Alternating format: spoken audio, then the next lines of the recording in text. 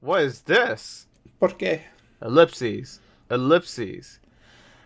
Darkness. Black without end. It goes on and on and on. Eyes closed. Eyes open. It matters not. The dark is joined by a mysterious sensation, one created by the mingling of blissful sleep with the unease of a terrible, never-ending cold. Wow, you cannot narrate. I cannot. Is this a dream? No, I cannot narrate, so, you get the bad one. You get the bad one this time. Thinking to pinch his cheeks, he reaches for his face, but his hand does not move. In fact, his hand has disappeared altogether. He looks at his arms and only sees bone. Or sees only bone. Alright, I'll take over. Alright, let me just finish the sentence then. He looks at his feet and sees they have disappeared, along with the rest of his legs up to his thigh. What body remains begins to leave him, then, crumbling to fragments smaller than dust. His body is going. Soon it will be no more. Ellipses. Ellipses. Is this death? Suddenly, he recalls his past. He remembers the time he lived with his sister, and the very act of recollection is like a shooting star. Game. The fuck? What? I'm going, yo, man. I'm ready to kill the Shadow Lord. I'm hyped. I'm got my sword ready, and this comes. Yeah, in. we're not doing D&E tonight for sure. Yeah. Despite lasting only a moment, it brings color to the darkness. Soon, more memories come, gathering on top of each other, one after the next, until they melt into a warm and glorious light. Or maybe not. Oh, is that Maybe. it? No. Okay. Let's do this. We did not sign up to this. Let's do this. We did not sign up. Wake up. Wake up. Wake up. A set of covers are torn from the boy, leaving his eyelids exposed to the merciless sun. There, lazy bones, says the voice again.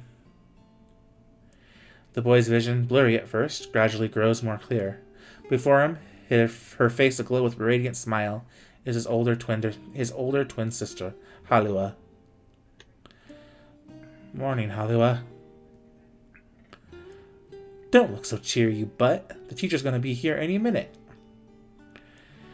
Halua grabs her brother and pulls him beneath the bed with her, where they wait with a host of dust bunnies for their instructor's arrival. The moment Emil starts to ask a question, Halua shushes him by placing a finger over his mouth. Don't start. We agreed to this yesterday, remember? We're going to jump out and give the teacher the scare of her life. After a few ticks of the clock, the door opens and a slight woman enters the room. Good morning, Halua. Good morning, Emil. Are you ready for... Emil glances at his sister and sees her trying to stifle a laugh, which has the unfortunate effect of making a laugh rise in him.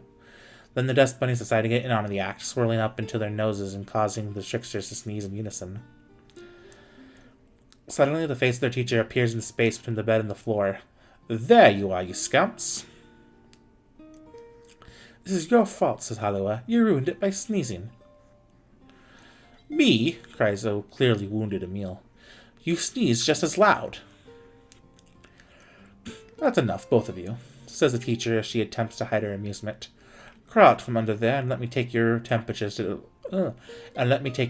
already. The pair happily shimmies out from their hiding place and stands before their teacher. She's a fair woman with a kind voice, one Emil would be happy to listen to for the rest of his life. In fact, he often thought that her waking him in the morning was his favorite part of the day. The teacher finds her seat, hunkers down, and lightly pats her leg, to which a happy Emil leaps into her lap. She then slides a chili thermometer under his armpit, causing a shudder to race through his body. I'm sorry. Just be brave for a little longer, all right? Just be a brave boy, Emil. Emil used to hate having his temperature taken daily. The thermometer was just so darn cold. But he's become used to it after being at the facility for the past 2 years. His mother and father had perished in an accident many years before. He'd been told the facility they sent him to was simply a home for orphans such as himself, but he'd always had his doubts. After all, most orphanages weren't staffed by doctors in white coats who held lessons involving the repeated asking of strange questions, nor did they attach wires to the bodies of their charges and force them to enter enormous boxes. The process is endless.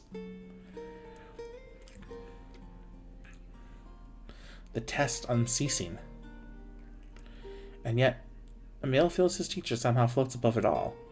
She would talk to him about everyday problems, read him books, and even share a meal when time permitted. She is the closest thing he has to a mother.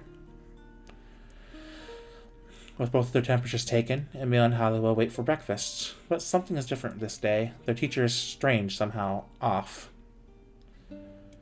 Emil, she says quietly, do you remember what day this is?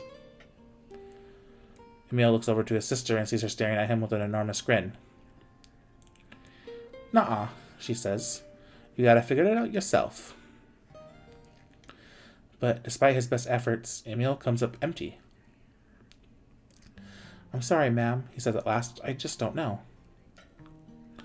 With a smile, the teacher reaches into the pocket of her white coat and withdraws a small package. It is a bag, neatly closed with string and tied at the top with a bright red ribbon. Happy birthday, Emil, she says. In fact, happy birthday to the both of you. Oh, thank you, cries Emil. Can I open it? Of course, replies his teacher. I'm afraid it's nothing so special, but I do hope you enjoy it regardless. Emil carefully unties the ribbon and opens the bag to reveal a small pile of cookies. Nice. They are What? Cookies are nice. No, they are. I would eat a bag of cookies right now. Yeah, same here. As long as there's no chocolate in them. I would prefer some like those soft cookies with the frosting top of them. Oh, from Walmart that I usually get. Yeah, those are pretty good. Yeah, those are really good, especially when you have some juice or anything to help wash it down with. Ooh. Milk's my preference, honestly. Yeah, I forgot you're the Santa Claus special. You're a milk drinker. Ugh. What? At least I can drink milk. What, are you trying to make fun of me for that too? Yeah, why not? I'll poke your lactose intolerance, I guess. I don't even know if you would consider lactose intolerance, but I guess it has to be. Like a small little tangent here. It's just like, yeah, humanity is slowly losing their ability to drink lactose in later ages. Yeah. Yeah, so me particularly, I cannot drink pure milk. If I do, I throw it up. It's not a fun. Well, it has to come out somewhere, you know. Yeah, but it doesn't even stay in my system long enough. It's not great. Anyways, they are the same snacks they always received at the facility, but the fact they come from his teacher makes them somehow special. As a gas escapes his mouth, his sister can't stop giggling beside him, her eyes fixated on the bright red ribbon all the while.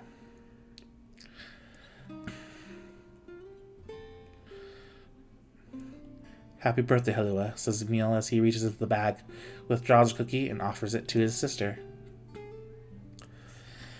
Needing no further encouragement, the girl crowns the cookie into her mouth and swallows in 2 bites. Happy birthday to you too, Emil.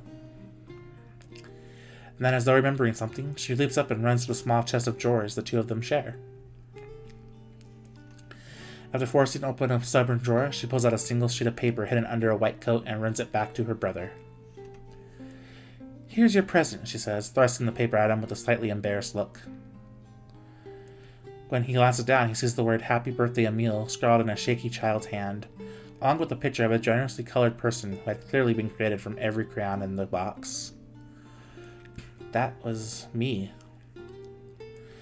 Unable to stop himself, Emil wraps his sister in a massive hug.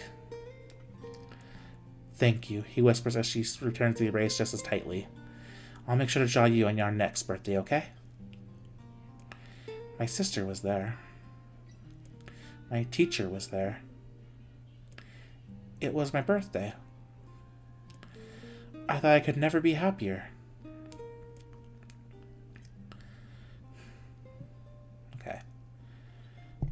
Ellipses. I'm glad who I was drawing is the last thing I'll remember. I sense a deep and perfect darkness descending over my eyes and realize my time has come. And so have I. Yeah. I'm so terribly cold.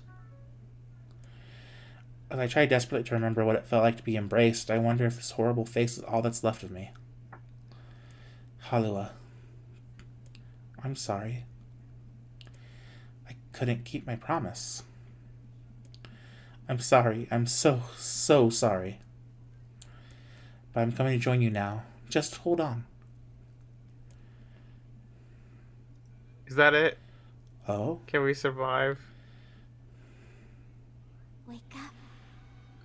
Oh, Please, wake up. Oh.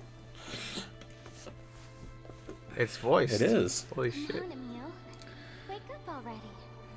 Go wake up, you bum. You lazy bum. Halua, is that You you? haven't changed a bit, have you, lazy bones? Halua, have you come for me? Am I dead? No, Emil. You're not dead. I'm just here to keep my promise. In that moment, the world of blackness surrounding me explodes with color. Red, yellow, blue, and so many others. Colors I have no names for. Colors I've never even seen. It's like someone's using every crayon in the box. I told you I'd always be watching over you, didn't I? Halua, I don't... Don't worry about it, you butt. Looking after little Nuh-uh, brothers is you're a just butt. big sisters. Her voice, it's fading. Sorry, Emil. Looks like I'm out of magic. Halua, wait, let me come with you. But you are with me. I'll always watch over you. So we'll always be together. Halua, no, don't go. Don't cry, Emil. I want you to be happy. Halua, Promise me that you'll live for both of us. oof. Oof, that is the Oof. heaviest burn you can give a person. The darkness... Damn my sister and her ghost buddy. Yeah. The darkness that enveloped me flows away, replaced by a brilliant blue sky. I don't know where I am or what I'm supposed to do. But it's okay that I'm here. I know that much now. She's given me the courage to accept that. No more crying. I live with a smile on my face. Because that's the promise I made her.